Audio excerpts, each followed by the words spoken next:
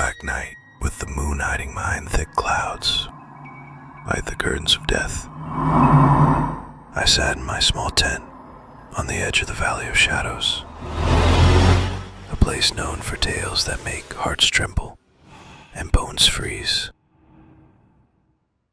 I am Yasser, a young man passionate about exploration, always in search of adventures to add excitement to my life. But I didn't know that this night would mark the beginning of a nightmare I'd never forget. The valley was infamous among the nearby villagers for being haunted. They said ancient spirits belonging to a tribe that lived there hundreds of years ago still roamed the land, guarding a treasure buried deep underground. I used to think it was just folklore, told by old men to scare children.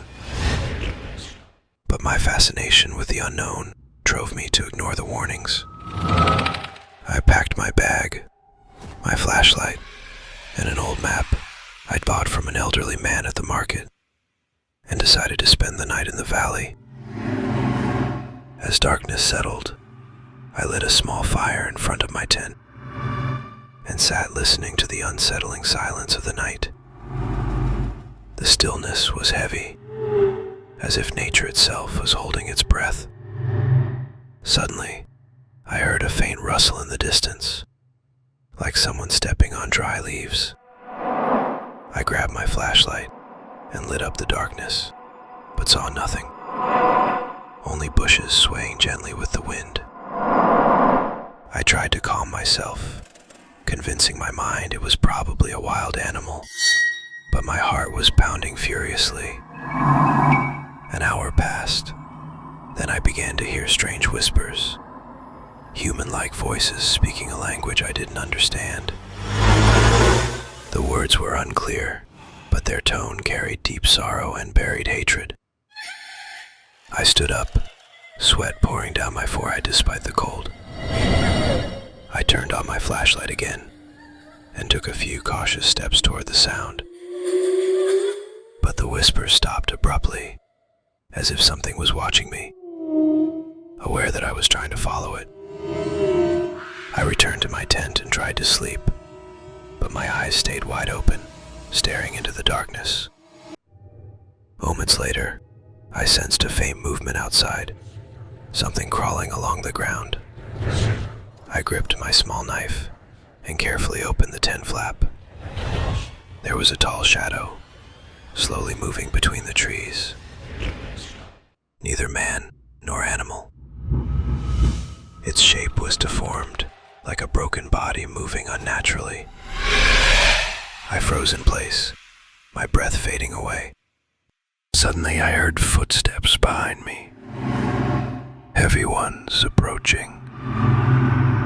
I spun around quickly, but there was nothing, only darkness.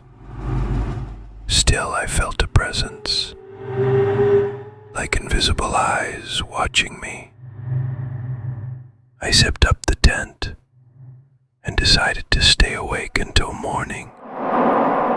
But as the hours passed, I began to hear scratching on the walls of the tent, as if long nails were trying to rip through the fabric. I tried to scream, but no sound came out. My voice was stuck in my throat. In a desperate moment, I opened the old map and noticed a tiny drawing in the corner that I hadn't seen before. It was a strange symbol, a circle surrounded by lines that resembled hands. Beneath it, in barely legible handwriting, were the words, "Do not look at them, for they can see you." I was overwhelmed with terror. Was I dealing with something far beyond an old legend? Suddenly the scratching stopped. I heard a faint laugh, soft and chilling, as if it came from inside my own mind. I rushed out of the tent, leaving everything behind. valley as the trees around me seemed to shift and stretch their branches, trying to catch me. I heard voices chasing me, whispers turning into screams, as if the valley itself had awakened to swallow me whole.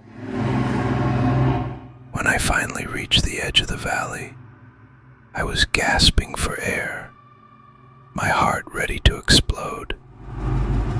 I turned back to look, but saw nothing but darkness. Still, I knew I was not alone. Even now, years after that night, I sometimes feel those eyes watching me in the dark, and I still hear those whispers in my dreams.